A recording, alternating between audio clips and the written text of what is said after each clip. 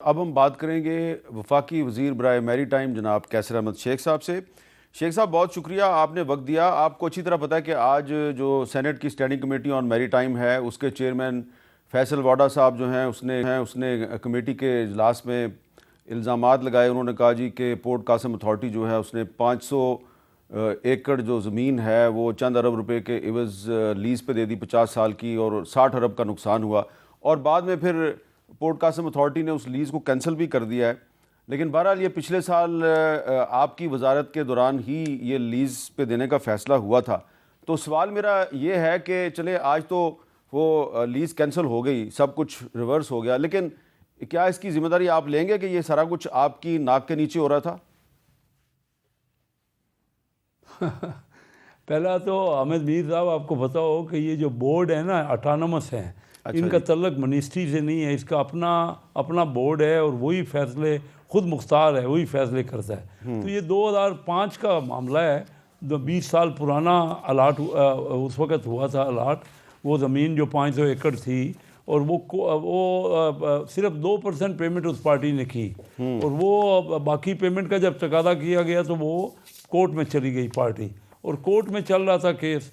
तो अभी इस साल जो आप कह रहे हैं कि आउटसाइड द कोर्ट कोशिश की गई कि इस मामले को सेटल किया जाए, और वो पुरानी प्राइस लगा के और उस पर फिर इंटरेस्ट ले के ये रकम बनाई गई। और वावडा साहब का पॉइंट जायज़ था कि 77 लाख रुपए में ये अभी फ़ैसला हुआ, और जो फौरी तौर पे उसके बाद भी केस जो है नैब में चला गया, वो फाइलें जो है 2 महीने के अंदर। और ये जो डिसीजन लिया गया था, वो जब हमें पता लगा पिछली कमेटी में, तो मैं खुद गया पोर्ट कासिम में और डिस्कस हुआ, और उसके बाद उन्होंने अपना बोर्ड ने अपना डिसीजन दोबारा लिया। शेख साहब, ऑफर जो है, शेख साहब आप कह रहे हैं कि ये ऑटोनमस बॉडी है, लेकिन जब 27 फरवरी को standing committee on maritime affairs का इजलास बुलाया गया और उसमें एजेंडा जो है उसको बता दिया गया, एक्सप्लेन कर दिया गया कि एजेंडा जो है ये 500 एकड़ ज़मीन के बारे में है, तो 72 घंटे के अंदर अंदर, यानी कि एक दिन पहले 26 फरवरी को पोर्ट कासिम अथॉरिटी ने ये सारा मामला वापस कर दिया। तो ठीक है, मामला तो काफ़ी साल से चल रहा था, लेकिन ये मैच्योर हुआ 9/7/2024 को।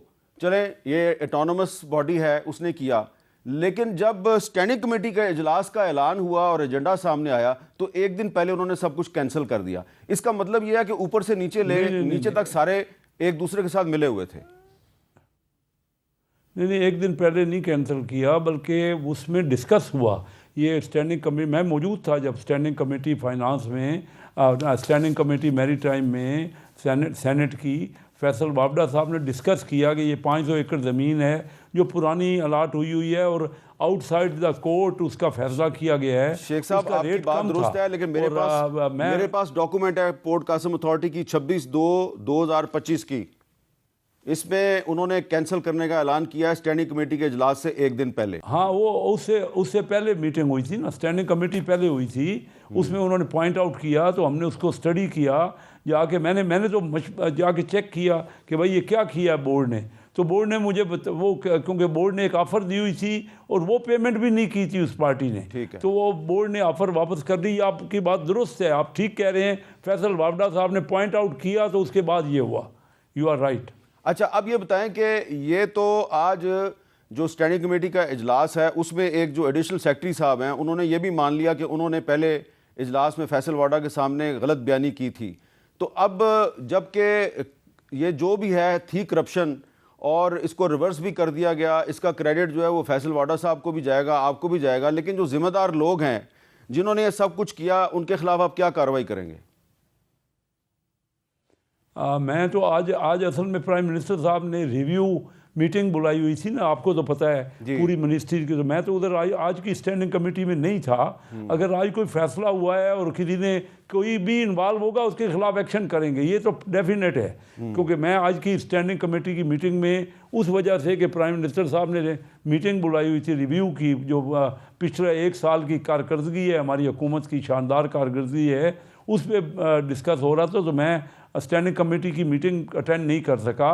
और जो कोई भी अगर कोई इन्वॉल्व है किसी कोई भी मामला, क्योंकि ये तो वापस हो गया, कोई इसमें प्लाट दिया नहीं गया, ये ज़रूर फैसला किया गया था, लेकिन जब पॉइंट आउट हुआ कि ये गलत है तो उसी बोर्ड ने वापस ले लिया। अच्छा, अब ये मेरे ख्याल में तो आप ये बताएं कि जिस इजलास में आप मौजूद थे उसमें वज़ीर-ए-आज़म शहबाज शरीफ साहब ने कहा जी कि अपोजिशन उनके खिलाफ कोई बड़ा स्कैंडल सामने नहीं ला सकी, लेकिन ट्रांसपेरेंसी इंटरनेशनल कह रही है जी कि पिछले 1 साल में पाकिस्तान में करप्शन बढ़ गई है। इसका आप क्या जवाब देंगे?